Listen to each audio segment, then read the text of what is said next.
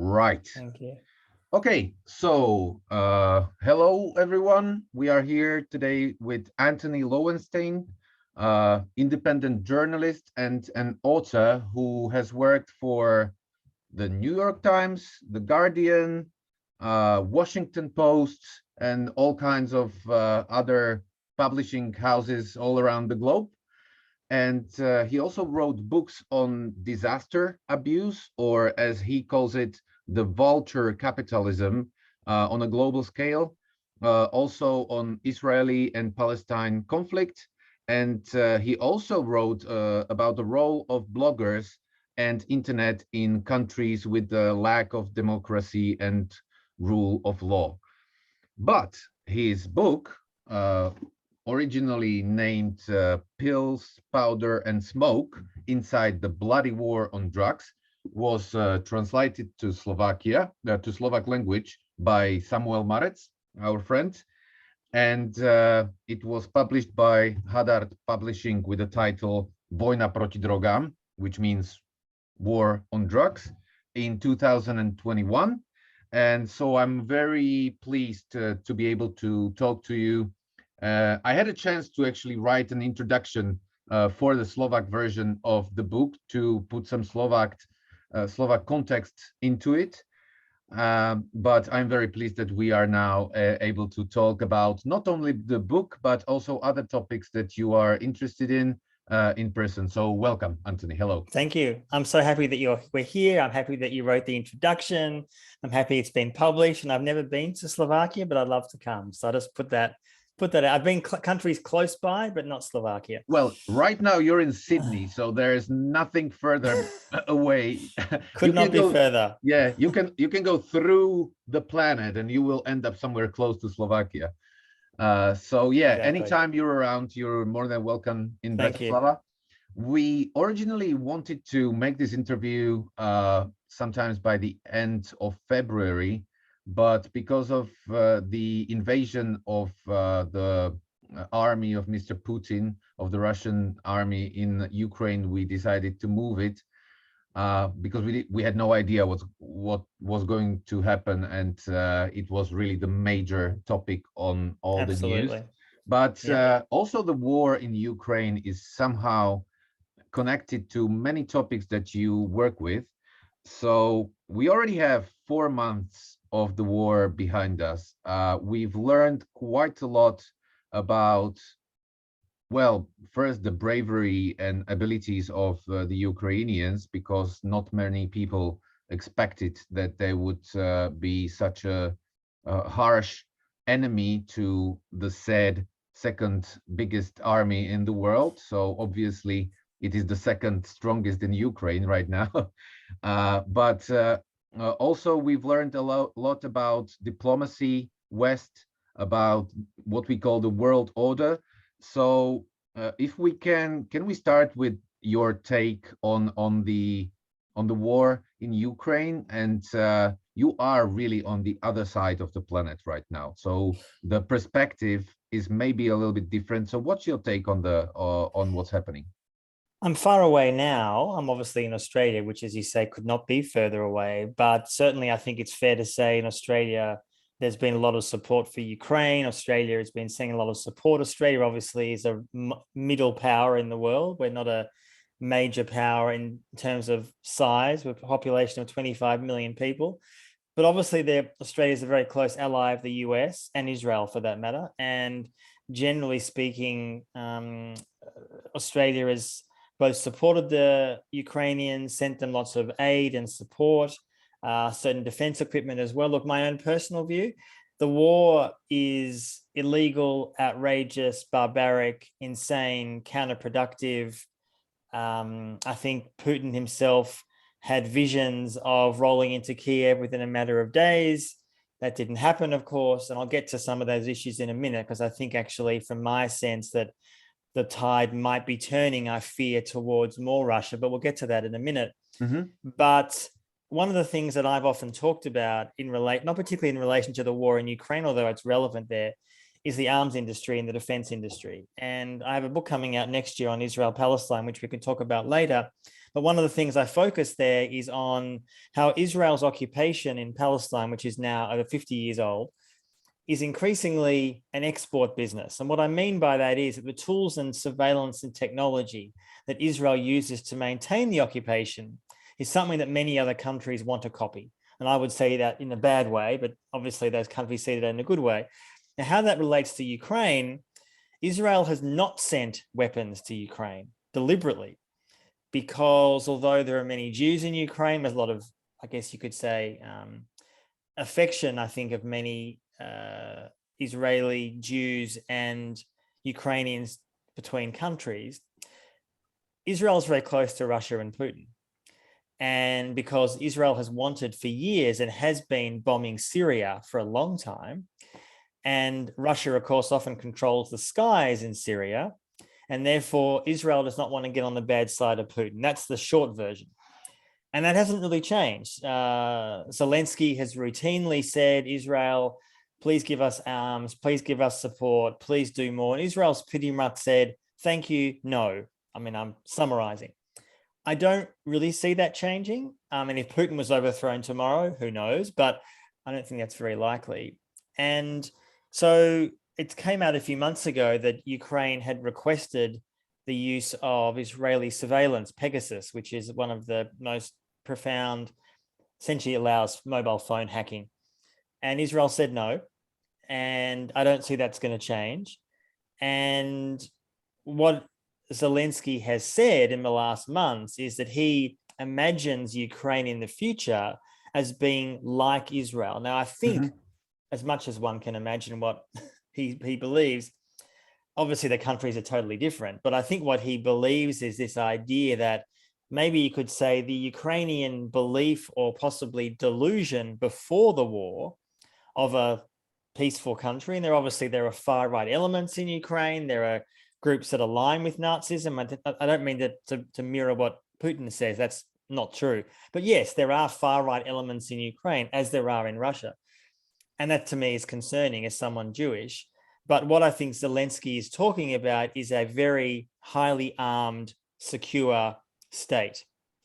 And although I understand that if you're Ukraine, you're under attack, the war is not over, I think it seems likely that there probably will be some division of the country. I'm not saying I support that, but I fear that's where this is going in the coming months or year. I think the vision of Ukraine as being like Israel does in some ways mirror what I'm talking about in this forthcoming book of the so-called Palestine Laboratory. Again, I don't think there's any indication that Zelensky wants to necessarily oppress a particular group, as far as I'm aware. But I think he views a highly armed, secure Ukraine against enemies, Russia being the most obvious, or others.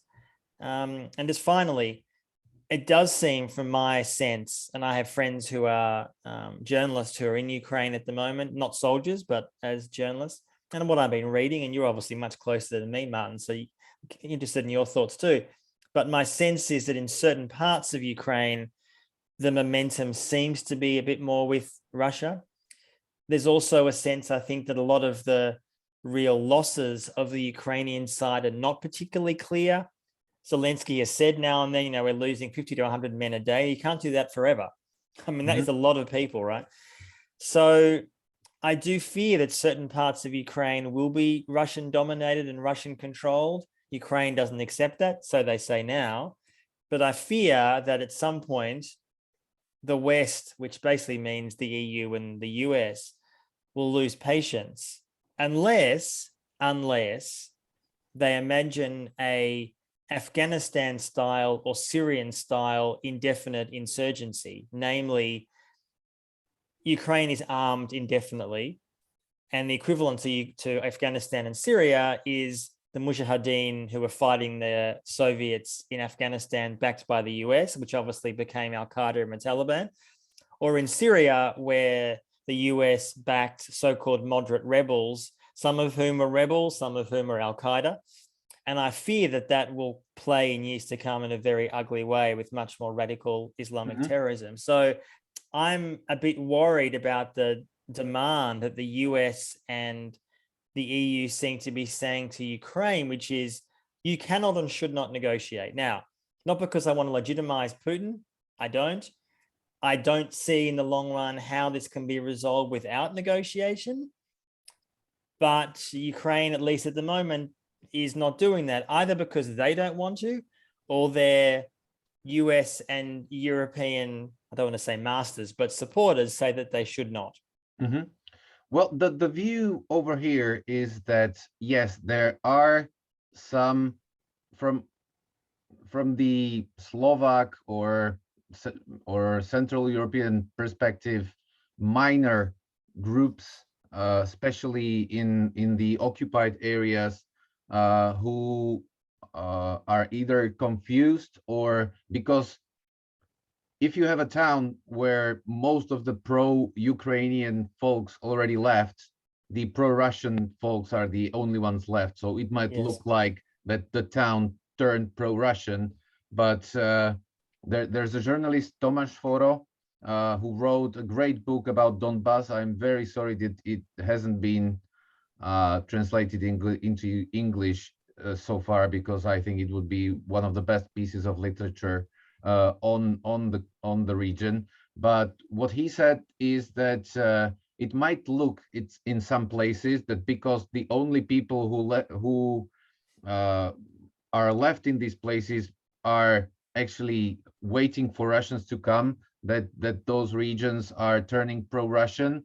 But yes, many analysts like Michael Kaufman, for example, say that this might become the breaking point of the war, in which, if Ukraine isn't supported enough right now with arms and munition to be actually able to go into counter offensive, that the Russian positions might get stronger than we might like. Well, I am still optimistic. I believe that combination of the sanctions, which I know that you are a little bit skeptic about, but combination of the sanctions and supply of arms and diplomacy, Ukraine has been offered or granted a candidate status for European Union just yesterday. That combination of those three will not only help morale and the sort of value-based policies in Ukraine, but will also draw a different scenario than maybe we've seen in Afghanistan or Syria, like the scenario that you talked about. One other issue that I think worries me is, and let me say that I support Ukraine's right to resist and defend itself. There's no question about that. But it does concern me that you have huge numbers of US defense contractors, basically arms dealers, essentially, making an absolute killing. Now, you could say, well, Ukraine has to get their weapons from somewhere. I understand that. You can't just make them in 5 minutes in their backyard. I understand that. But after the war in Afghanistan ended for the US last year, so frankly, disastrously, these companies were looking for some way to make money. Now, I'm not suggesting that the war in Ukraine was because of them. Of course, that's not true.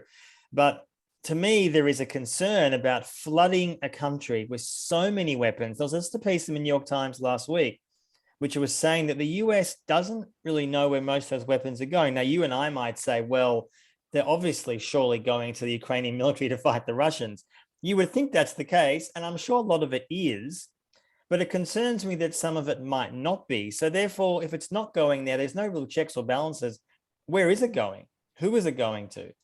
And the open check that the Biden administration has given Ukraine for, last time I checked, I think it was like 50 billion US.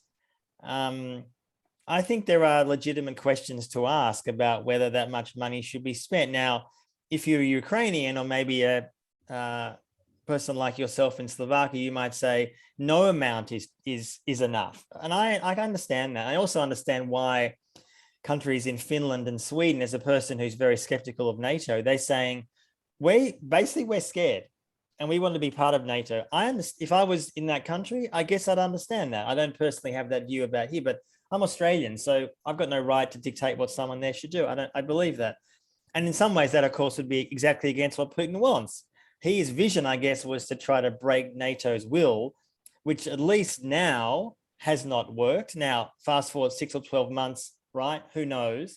My guess is some of Europe over the energy, oil and gas may start to break down. Let's wait and see how long that solidarity lasts, not least when winter comes, your winter, the end of this year, right? I mean, that could change things, right? Potentially. I don't know if you agree with that, but in some countries. Well, yes, it was, just for your information, it was just yesterday when a major decision in Slovak parliament has been done thanks to Nazi votes. The veto of the president was broken only thanks to the votes from the Nazi parties that we have in the parliament. So yes, it might happen that few elections away from now, many countries will be much more pro-Russians and anti-democratic than they are right now, and that was probably one of Putin's plan as well for years, to break the belief in democracy and the rule of law in Europe. But can I just ask you one question about yes. it? You say there are actually, when you say Nazi parties, you mean as in, I guess, people who are far-right fascists who are in your parliament? Is that when you say Nazi? I obviously know what a Nazi is, but what do you, as a non-Slovak, don't need to go into long explanation, but there are far-right fascists in your parliament. Is that what you're saying? Yes.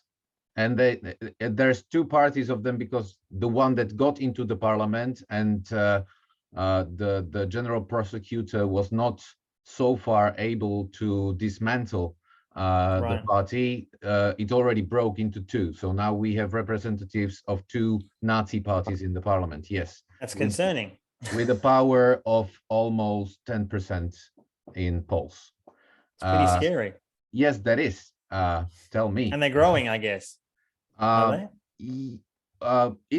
Right now it's a combination of far right and populism. Yes. But yes, it's growing, and because Slovakia is one of the most countries endangered by Russian propaganda and disinformation, and people in Slovakia are among the most sensitive to be touched by propaganda. Yes, that's the political representation that we have right now might actually change into something very ugly, and quite soon. You also wrote in past about the abuse of catastrophes in the global scale. What exactly is this thing that you call the vulture capitalism? Exactly. I talk about either vulture capitalism or disaster capitalism. And that was a term that was coined by Naomi Klein, who's a Canadian writer and journalist. Some people might recognize her name. She's a well-known writer. But I kind of adapted that and updated it. So essentially what that means is people who make money from misery. And people have always made money from misery in history. On that level, it's not new.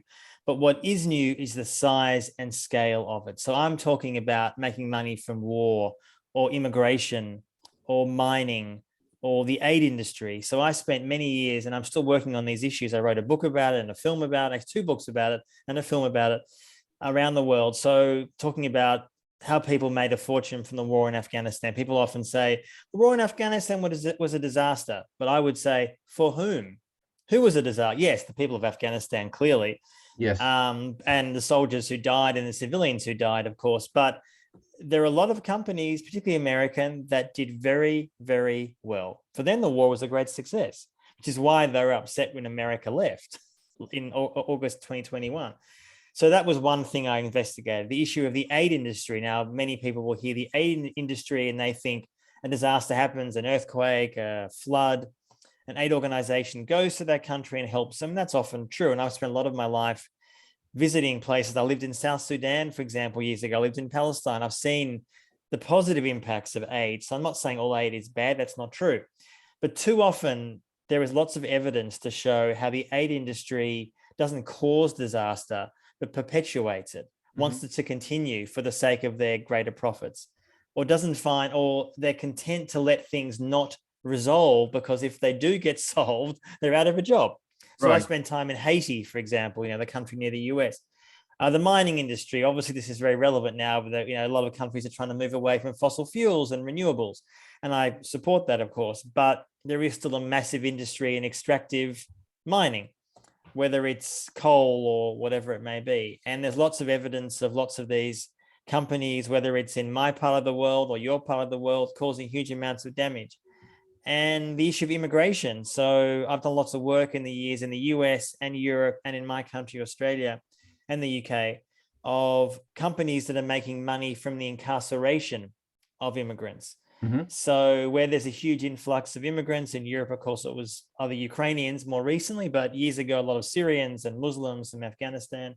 And of course, Europe treated those people very differently, as is very clear. Australia is similar, US and UK, and there's a massive $1 billion industry of making money from incarceration and private prisons.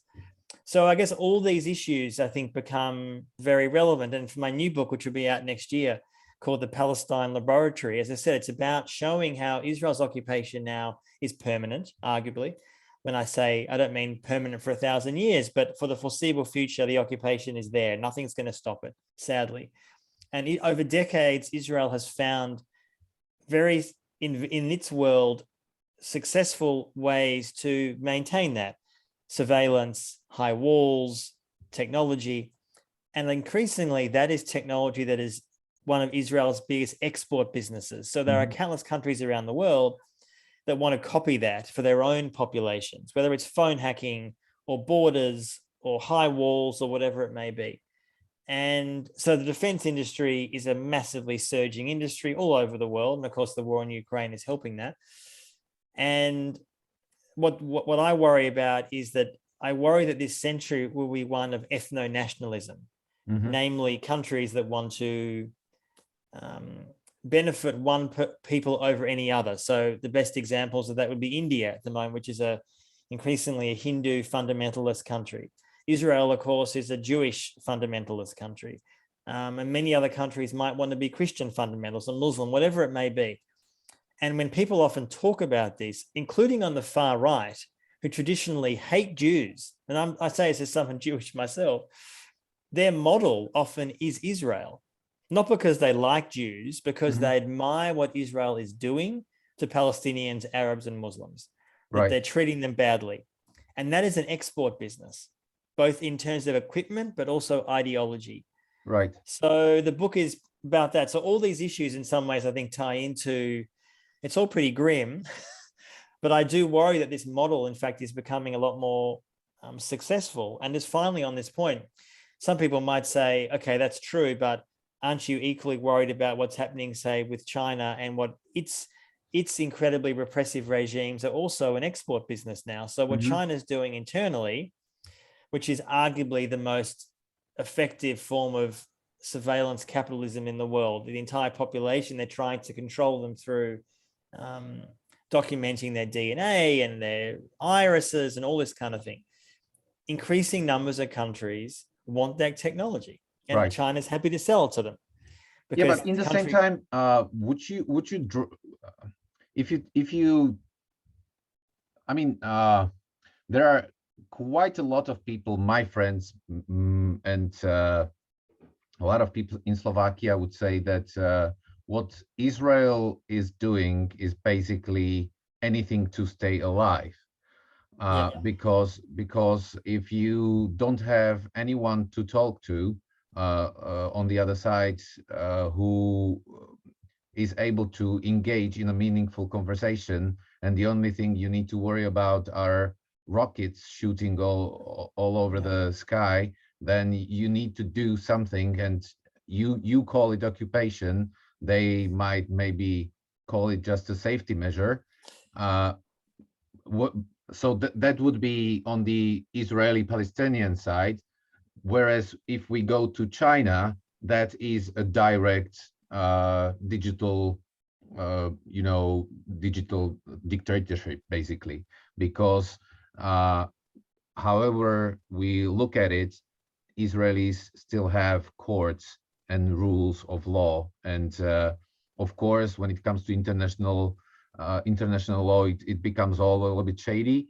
But when you look at China, there is no rule, there is no law, not international law. So yes, to be clear, I'm not saying that Israel and China are the same. They're not. right. And I'm well aware that there are many people in your country and Europe and elsewhere who support Israel, who think Israel is doing the right thing. They're defending themselves from rockets and crazy Muslims and terrorists. I know all that. I mean, I'm Jewish myself. And I grew up with those ideas and thoughts. I don't share those anymore, but I know that they exist and that view is there. Obviously, we haven't got time to get into all that story and history, but I guess my response to that would be, I don't think most of what you've said is what people think actually is true. I'm not suggesting that there's not threats to Israel and Jewish people. There are. That's real, including in Europe. You know, anti-Semitism, hatred of Jews, attacking synagogues, that is real. I'm not denying any of that. But what I'm saying is that, and people can say that the occupation is not an occupation. Okay, but that's like saying the Russians say it's a special military operation. I mean, you know, sure, if you're Russian, that's what it is, or some Russians, not all. And a lot of Israelis think it's not an occupation, it's a liberation. Sure, but I think if we look at the fact Palestinians in the West Bank and Gaza don't have equal rights, and it's not because of Palestinian leadership, it's because of the occupation. So one rule for Jews, one law for Palestinians. That's apartheid by definition, and which is, by the way, a view that human rights organizations now say is the reality there, Amnesty and Human Rights Watch. So anyway, I know it's a complicated situation, but that's how I see it. And also, I think it's all right. As long as we are able to defend our arguments, it's always nice to have a variety and not that everybody thinks the same. What I heard from you is that you support a peaceful solution. I know that you also wrote about the possibility of two states in future, which probably you support. Maybe you tell us. I don't anymore. I used to. I used to believe in this idea that there's a two-state solution, a Jewish state and a Palestinian state. I think that's not. I think that is over. I think there needs to be. I think people have the right to live in peace. That's for sure. But to me, and I might add increasing numbers of people, not just myself, there's a one-state solution, which essentially means it's a democratic state, Jewish, Christian, Palestinian, Muslim, atheist, whatever, with equal rights. Right. I don't think a two-state solution, putting aside the morality or ethics of that, the Israeli settlements have made that impossible. I mean, look, one looks at the map, it's arguably impossible, which is, in my view, Israel's plan all along. So I know there is the European Union and the US and my country talks about this like a robot, two-state solution. It's like this nervous tick. It's not going to happen, right? Or in any viable, just way. Now, admittedly, the one-state solution won't happen tomorrow or next week either. But I think that's where, I mean, it's a one-state solution now, but it's an unjust one state. Right.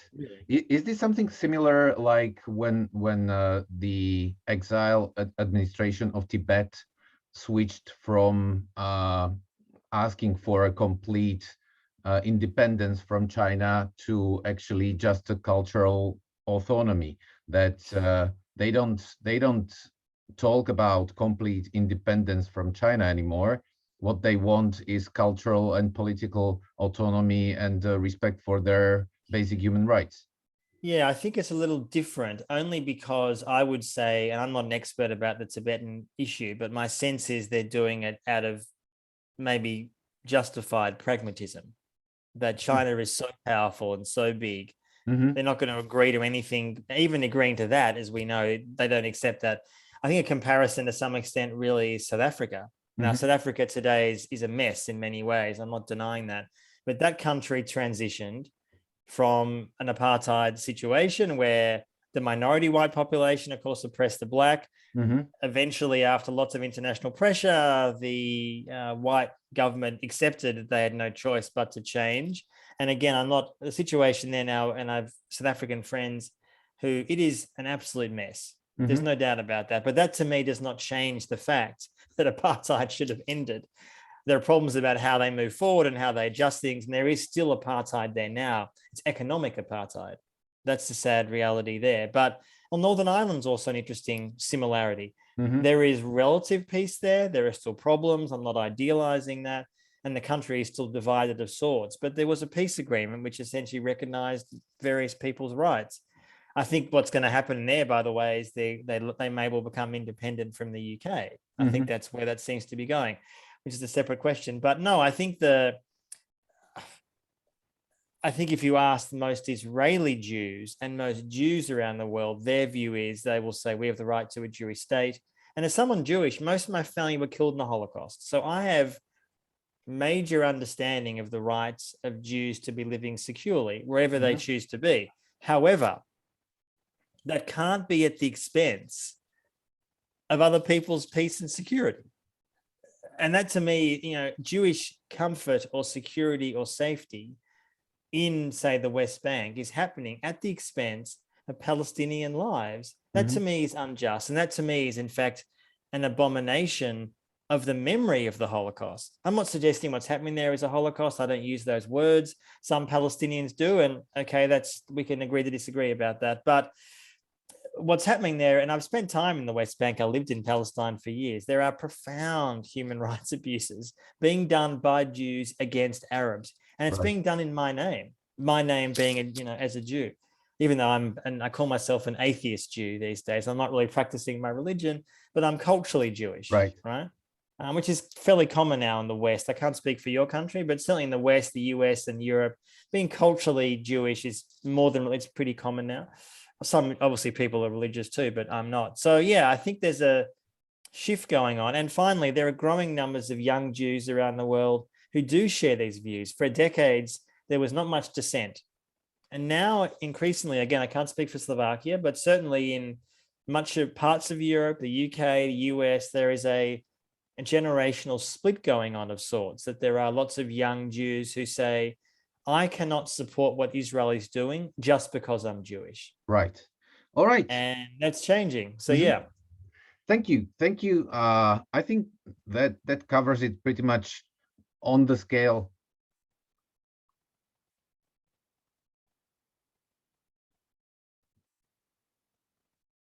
I can't hear you now, Antony. I just turned my heating off. Forgive me. Sorry. No, it's all right. So I think we can't cover those two issues, Ukraine and Israel, much more right now because of the scope of the interview, but maybe someone will contact you from Slovakia to talk about it a little bit more in depth later. Yeah. Let's get to our book, basically your book. Yes. Let's. What do you think of the book, how it looks? It looks, can I just say, I haven't actually seen a physical copy yet, which is killing me, but that's a separate. The cover is amazing. It's an amazing, beautiful looking book. I've read your introduction through Google Translate. That's the best that I could do. And I loved it. It was very interesting. I didn't know a lot about drug policy in Slovakia. I did a bit of reading when I knew it was going to be translated. I'm not an expert about Slovakian drug law, of course, but no, I think there is anyway, as you would know, there is a move in many countries to end decades of immoral and mad drug policy. So anyway, go on. So you basically told quite a lot of stories from a lot of places in the book, following basically the same logic that the war makes no sense at all.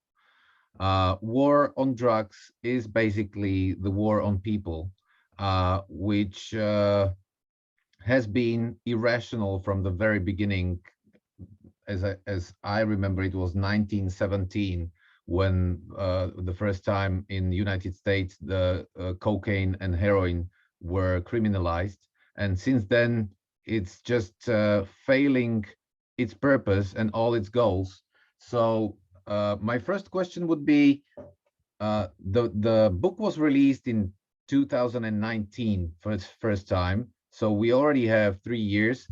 Has anything fundamental changed since you published it?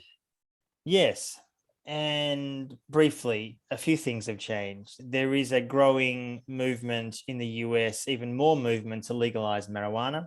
I think it's inevitable that they'll legalize it federally. At the moment, obviously, I think I can't remember the exact number, dozens and dozens of states that have legalized cannabis. Whether it happens with Joe Biden, I'm not sure, of course, but I think it will happen in the coming 5 or 10 years. Could be a Republican president, by the way, who does it for his or her own reason. The Republicans increasingly support it because they can see a massive way to make money, whatever the reason may be. I think it'll happen inevitably. There's also, I think, and I touch on this in the book, but there is a growing movement to legalize psychedelic drugs for medicinal purposes. So there's been more and more research, mostly in the UK, US, and including here in Australia, actually, of the amazing benefits of psilocybin, magic mushrooms, MDMA, ecstasy, and other drugs, including cannabis, actually, for medicinal purposes. So it's very likely in the US, the heart of the drug war, within 5 years, maybe less. Right now, if you go to a doctor and you say, I'm depressed, I have PTSD, I was a soldier in Afghanistan, you give it an antidepressant. And that might help you, but it might not. But increasingly, what I think will happen in the coming years is they will say, okay, we will send you to a therapist. You will have a session with therapists taking ecstasy, taking psilocybin. And the results doesn't help everybody, but the trials show it helps amazing numbers of people. And I think we're on the verge of, again, I'm not an evangelist about this. I don't think it helps everybody. I don't think everybody should be taking acid. I don't believe that. But I do think that there is an amazing need in so many societies for something to help people's, whether it's addiction problems or PTSD or depression. And again, I don't think psychedelic drugs are the solving all problems. I don't think that. But that is only accelerated, in fact, since I wrote the book. So that's encouraging. And I also would say just last week, there's a new president of Colombia, Gustavo Petro, who is a leftist, who believes the drug war there is crazy and wrong, which has never been the case in Colombia because they've always had right-wing governments that have supported the US-backed drug war. In Colombia, it provides 80% of the world's cocaine. And the drug war there has killed untold numbers of people. Now, when he gets into power in August, the drug war won't end the next day, and the US is going to be trying to not make that happen. So it's going to be messy. But he, I think, realizes that the current way of doing things is insane. And just finally, in a more negative sense, what has got worse, not better. Last year, nearly 110,000 Americans died of drug overdoses. All right. I mean, it's insane. I mean, that's the highest ever. The pandemic probably made it worse. It's mostly fentanyl, which is mostly coming now from Mexico, sometimes China. A bit less from China now because of COVID. But to think about that, that's just accidental overdoses. 107,000 people. And those, when I wrote the book a few years ago, the numbers, if I recall, were 70 or 80,000 a year. That was already bad enough. So on the current trajectory, that's going to keep getting worse and worse and worse. And that to me is the fact that is not one of the top 2-3 issues in the US is just mind-boggling to me. I mean, obviously 1 million people die of COVID. So there's also that. But 110,000 people dying from overdoses, mostly fentanyl, because they couldn't get their opioids or whatever it may be, or they wanted something stronger, or they had problems, whatever that may be in their personal life. It's crazy. So that is a very depressing trajectory. That's got worse. So I see some positive signs in many places. But I also see, and you said at the beginning of this question, the drug war has been a failure. I'm not sure I agree with that. And what I mean by that is the book obviously talks about the drug war being a failure. So yes, in many ways, of course, that's true. But again, like the war in Afghanistan, failure for whom? Right. Who has it failed, right? A lot of people are making a lot of money out of it. And the US government departments, DEA particularly, they have no intention of ending it. I mean, the Trump administration, in fact, increased funding to the DEA. So the drug war continuing benefits a lot of people. Yeah, but not with the goals that were set at the beginning. Of course not. Yeah. No, I mean the opposite, of course. I mean, absolutely. I mean, obviously, I'm saying that slightly to be a bit of devil's advocate with you, so to speak. But yes, no, you're right. I mean, yeah, the goal was to, I mean, of course, more people take drugs, and I mean, also ultimately, right, the demand for these drugs has never been higher. These drugs being cocaine, heroin, whatever it may be. So, and I think there's quite, and the book only mentions this here and there are quite, I think, interesting existential questions about why is there such a massive and growing demand for these drugs. Some people do it for entertainment, some doing it because their boyfriend, girlfriend dropped them. There's 1,000 reasons, and I understand that. But those, I think, questions are interesting. People have always taken drugs in a way, so I guess in many ways it's not that different to history. But the scale of it now is off the chart. And the danger of the current situation where the drugs often are dirty, they're mixed with lots of bad chemicals. The rates, for example, in Britain is the highest rates of death from cocaine overdoses because the drug is illegal. People don't know what they're snorting up their nose, right? This is the reality. So, yeah, I mean, no country has legalized or regulated drugs yet. I call for that. I don't think it's going to happen next week. I think more countries need to decriminalize all drugs. I know parts of Canada are about to decriminalize all drugs shortly. Like Portugal. Like Portugal. And the Portuguese model, and it has faults, it's worked. Right. Drug use and abuse have gone down.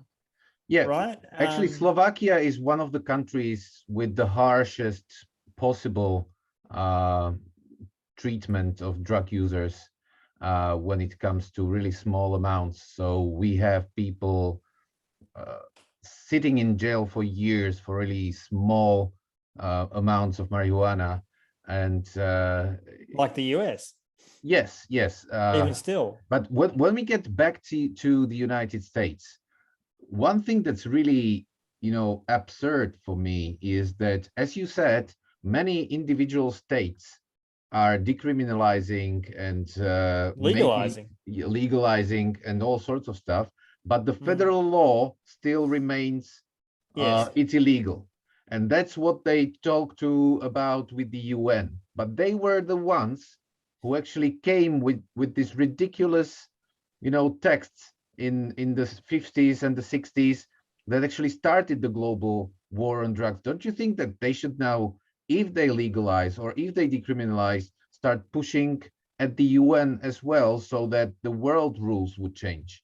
Absolutely. And I mean, let's not forget the UN itself for years, putting aside the US, has had pretty awful drug policies as well. I mean, very harsh, prohibitionist, a military style response. So yes, the US obviously has major fault, as the book goes into massive detail, but so does the UN.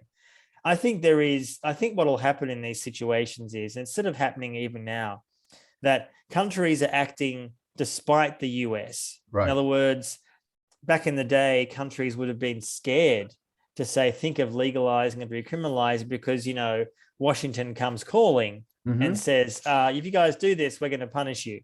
America does not have that legitimacy anymore. It just doesn't, because it's, as you say, they're legalizing the drugs themselves. So how can you go around the world preaching, abstinence or whatever? Right. It's absurd, right? But having said that, the US still has unbelievably draconian views on drugs when you're looking at places like Honduras, which I visited for the book. It's only got worse. There's a new leader there who I'm hopeful will maybe reverse some of the horrible harms that I reported on for the book. But in a lot of countries, even in America's region, I mean, think of Mexico. Mexico is on America's border. There is the country, in vast parts of it, you can't visit there. It's at war. And that's mostly over drugs. So to me, until there is not just a sensible change, I think there needs to be almost a realization at some point that until you take away the power from cartels, which is only what legalization does, because decriminalization does not do that. Right. Although drug use and abuse have gone down in Portugal, there's still a black market because people still want to get their heroin or cocaine or cannabis or whatever, and they have to buy it from somewhere. They can't buy it from the state. I mean, my view of how legalization and regulation should work is the opposite of the US. The US model is crazy advertising everywhere. Everyone should start smoking joints. Now, again, I'm not against people doing marijuana. I think people should do whatever they want. But to me, the ideal model is no advertising, right? Zero. Now, it's a very sort of anti-capitalist view. And the US, of course, does not share those politics. Surprise, surprise. But to me, the idea of a legalized drug market is to make it as unsexy as possible. Some people will take drugs. They have the right to take drugs. They take it for whatever reason they want, medical reasons, relationship reasons, whatever. And that should be fine and legal and regulated. But I don't think we should have a situation like we've seen as, even the last 5 years of vaping. Again, I'm not against vaping at all. People can vape if they want. But there's a reason why in the US now there's a massive problem of underage kids vaping, because the company is allowed to advertise to make it look sexy. It's always like girls in bikinis smoking vapes. And what a shock, 10-year-olds want to vape at their school. Well, hello, of course they do. So unless you take away that, it's almost like, I don't know, there's this idea that you have to make everything in the US seem kind of alluring and sexy. No, to me, that to me would be the wrong way to address that. Right. Because I worry that if you do that, right? Yeah. If we look at it, that's not harm reduction. And basically I would say no. Yeah, harm reduction should be the main principle, in my opinion, of all drug policies. So if you're looking at whatever you look in, either advertisement or regulation or treatment use, like with the psychedelics, it's always about reducing harm on the side of the users, of their families, and of the community and society as a whole. That's why, for example, Portugal, even if the drugs are not legalized, they're decriminalized, the numbers of users are going down because drugs are not promoted as something good, but are taken into account as something we need to live with. And harm reduction strategy means whatever you're doing, we'll try to help you to get your life in order if you need it. If you don't, do whatever you want.